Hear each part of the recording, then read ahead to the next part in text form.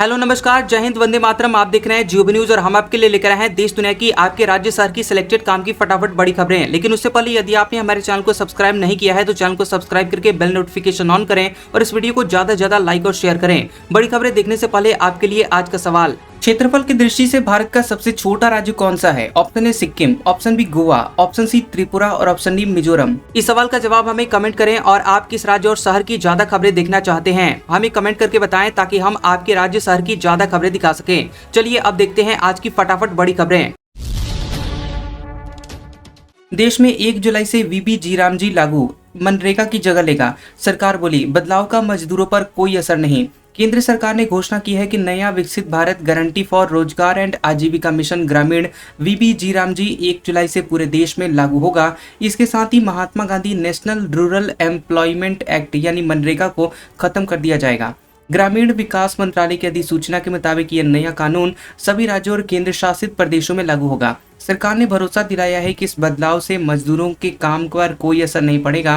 Transition पूरी तरह से बिना रुकावट के होगा और किसी को रोजगार से वंचित नहीं किया जाएगा। मंत्रालय की अधिसूचना में कहा गया है कि 30 जून तक मनरेगा के तहत जो भी काम चल रहे होंगे उन्हें नए सिस्टम से उसी तरह से जारी रखा जाएगा, यानी किसी भी प्रोजेक्ट के बीच में रोका नहीं जाएगा। इसी के साथ ही जिन मजदूरों के मनरेगा जॉब कार्ड ई-केवाईसी से वेरीफाइड हैं वे तब तक मान्य रहेंगे जब तक कि नए ग्रामीण रोजगार गारंटी कार्ड जारी नहीं हो जाते।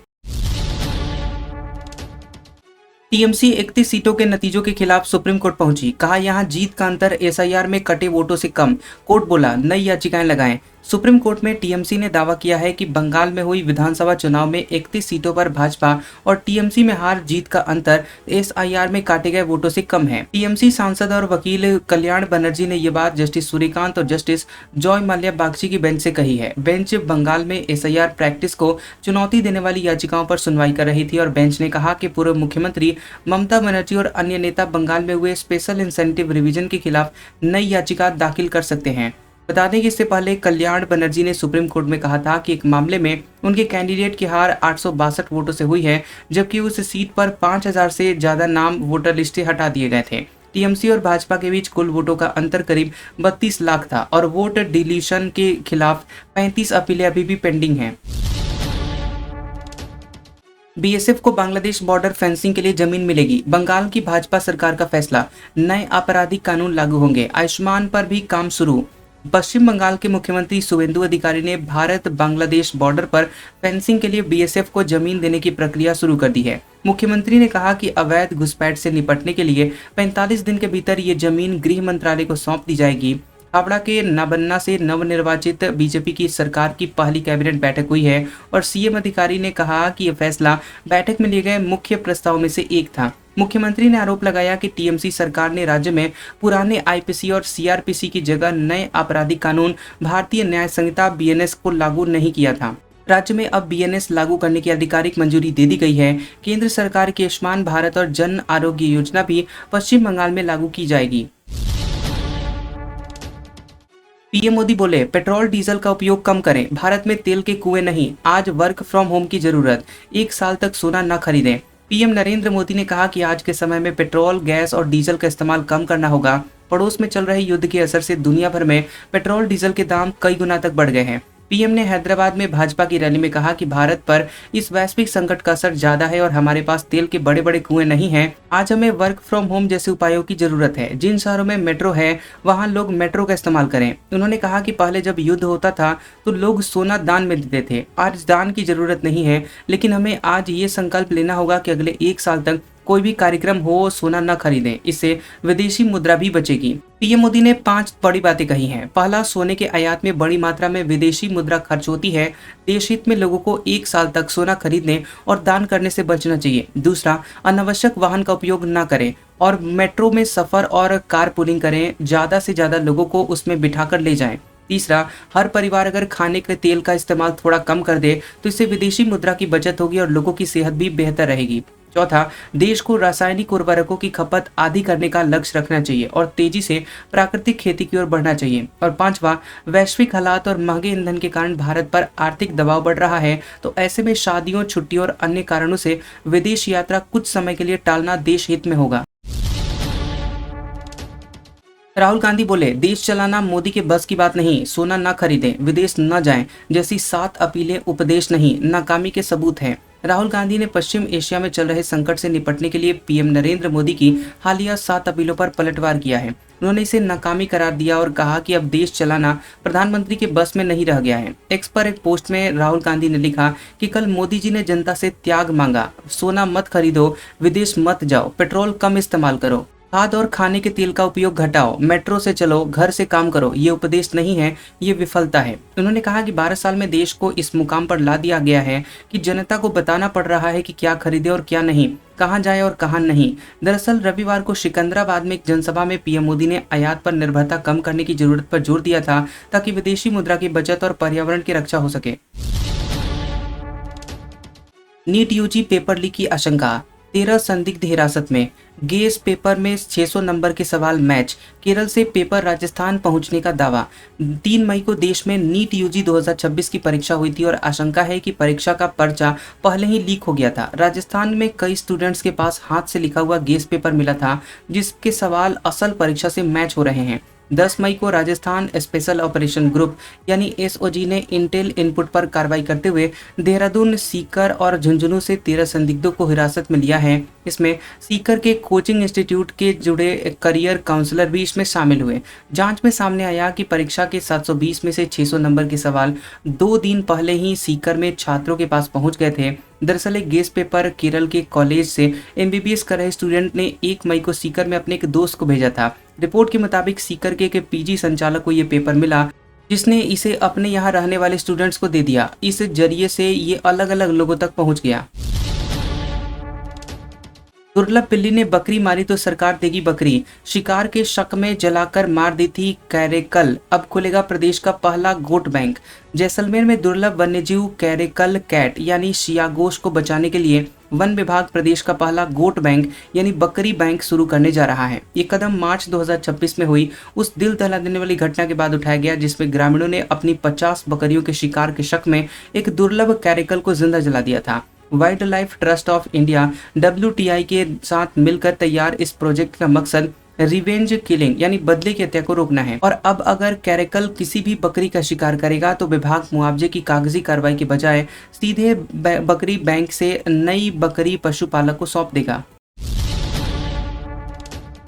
पोखरण परमाणु परीक्षण पर मोदी बोले, दुनिया हिल गई थी, विश्व भर की शक्तियां भारत को दबोचने मैदान में उतरी, हम डटे रहे, डरे नहीं। प्रधानमंत्री नरेंद्र मोदी ने गुजरात के सोमनाथ मंदिर में प्राण प्रतिष्ठा के 75 साल पूरा होने के मौके पर कार्यक्रम में शामिल हुए। उन्होंने कहा कि आज का दिन एक और वजह से खास दिन है। आज ही के दिन 11 मई 1998 को देश ने पोखरण में परमाणु परीक्षण किया था। तब दुनिया भर की शक्तियां भारत को दबोचने मैदान में उतर गई थी। पीएम ने कहा कि भारत के लिए सारे रास्ते बंद कर दिए गए थे लेकिन हम डरे नहीं, डटे रहे। भारत ने पोखरण परमाणु परीक्षण को ऑपरेशन शक्ति नाम दिया था क्योंकि शिव के साथ शक्ति आराधना की हमारी परंपरा रही है। मैं भगवान सोमनाथ के चरणों में नमन करते हुए ऑपरेशन शक्ति की बधाई देता हूँ।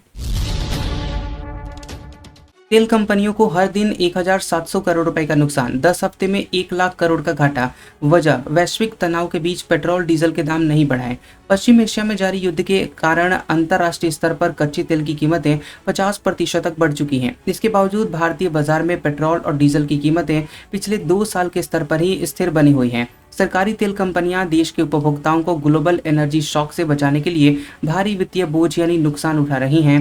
पीटीआई के सूत्रों के मुताबिक पिछले 10 हफ्तों में इन कंपनियों को 1 लाख करोड़ रुपए से ज्यादा का नुकसान हो चुका है। पीएम मोदी की अपील के बाद ज्वेलरी शेयर 10% टूटे, 1 साल सोना न खरीदने को कहा, डिमांड 10% तक घट सकती है।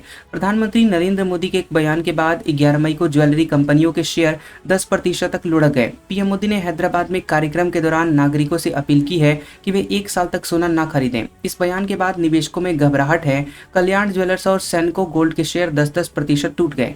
वहीं देश की सबसे बड़ी ज्वेलरी कंपनी टाइटन के शेयर में 7% की गिरावट है। इसके अलावा PN गार्डलिक 8%, यंग मयिल ज्वेलरी 6% और अन्य छोटे ज्वेलरी शेयरों में भी कमजोरी आई है। रिपोर्ट के मुताबिक ईरान ने समंदर में 3000 बैरल तेल बहाया, ऑयल स्टोर की जगह कम पड़ी। हॉर्मुज संकट और अमेरिकी प्रतिबंधों का साइड इफेक्ट, फारस की खाड़ी में ईरान के खर्ग आइलैंड के पास बड़ा तेल रिसाव देखा गया। सैटेलाइट तस्वीरों में समुद्र में फैला तेल साफ नजर आया।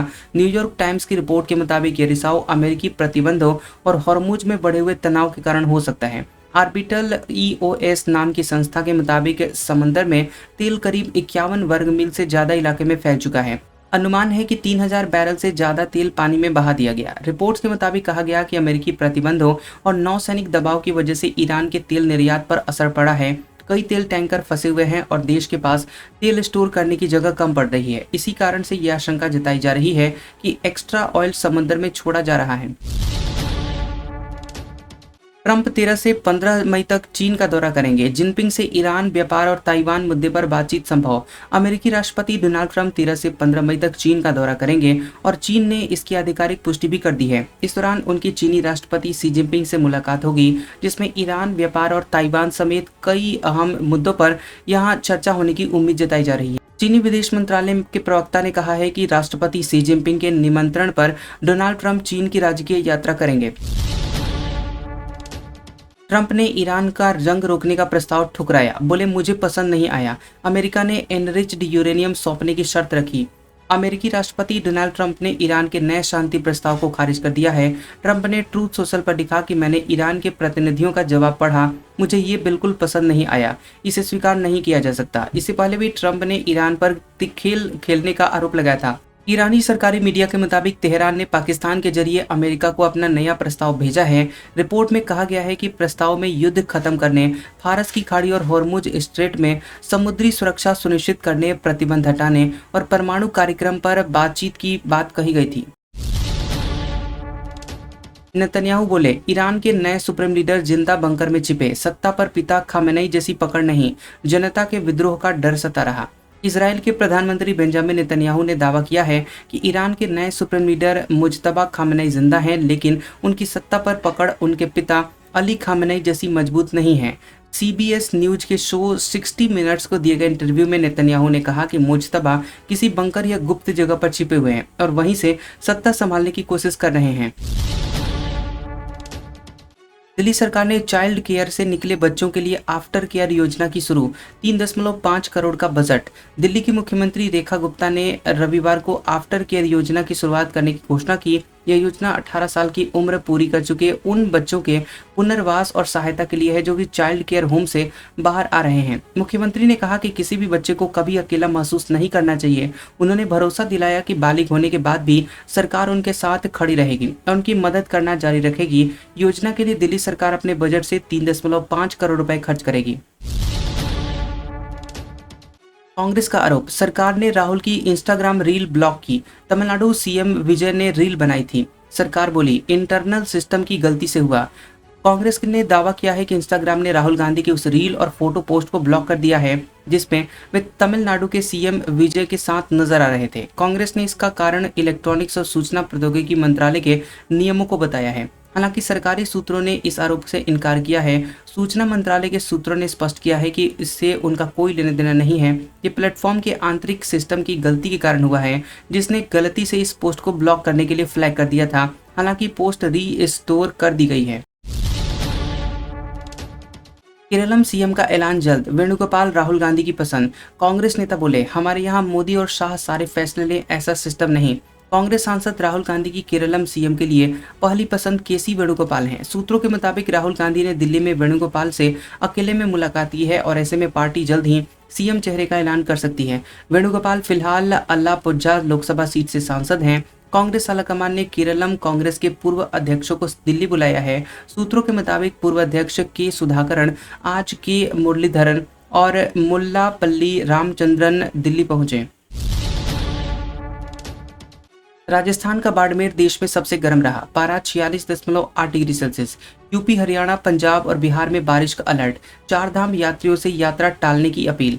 राजस्थान, गुजरात, महाराष्ट्र और मध्य प्रदेश में हीट वेव जारी है। वहीं चारों राज्यों के 9 शहरों में पारा 44 डिग्री सेल्सियस के पार रहा। राजस्थान का बाड़मेर 46.8 डिग्री सेल्सियस के साथ देश में सबसे गर्म शहर रहा। जैसलमेर में तापमान 46.3 डिग्री सेल्सियस और फलोदी में 46 डिग्री सेल्सियस पहुंच गया है। मध्य प्रदेश के रतलाम में 45.5 डिग्री तापमान रहा। भोपाल में 40.4 डिग्री सेल्सियस रहा, लेकिन 42 डिग्री सेल्सियस जैसी झुलसाने वाली गर्मी महसूस की गई। मौसम विभाग के मुताबिक 12 मई को तापमान 2 से 3 डिग्री सेल्सियस और बढ़ेगा। भोपाल में पारा 42 से 43 डिग्री सेल्सियस पहुंचने के आसार जताए जा रहे हैं। उत्तराखंड के कई हिस्सों खास करके पहाड़ी इलाकों में 12 और 13 मई को बारिश और खराब मौसम की आशंका है। गढ़वाल कमिश्नर ने इस दौरान चारधाम यात्रा पर जाने वाले श्रद्धालुओं से सावधानी बरतने और यात्रा से बचने की अपील की है। बंगाल सीएम शुभेंदु के पी हत्याकांड में 3 संदिग्ध हुए गिरफ्तार। कोर्ट ने 13 दिन की पुलिस कस्टडी में भेजा।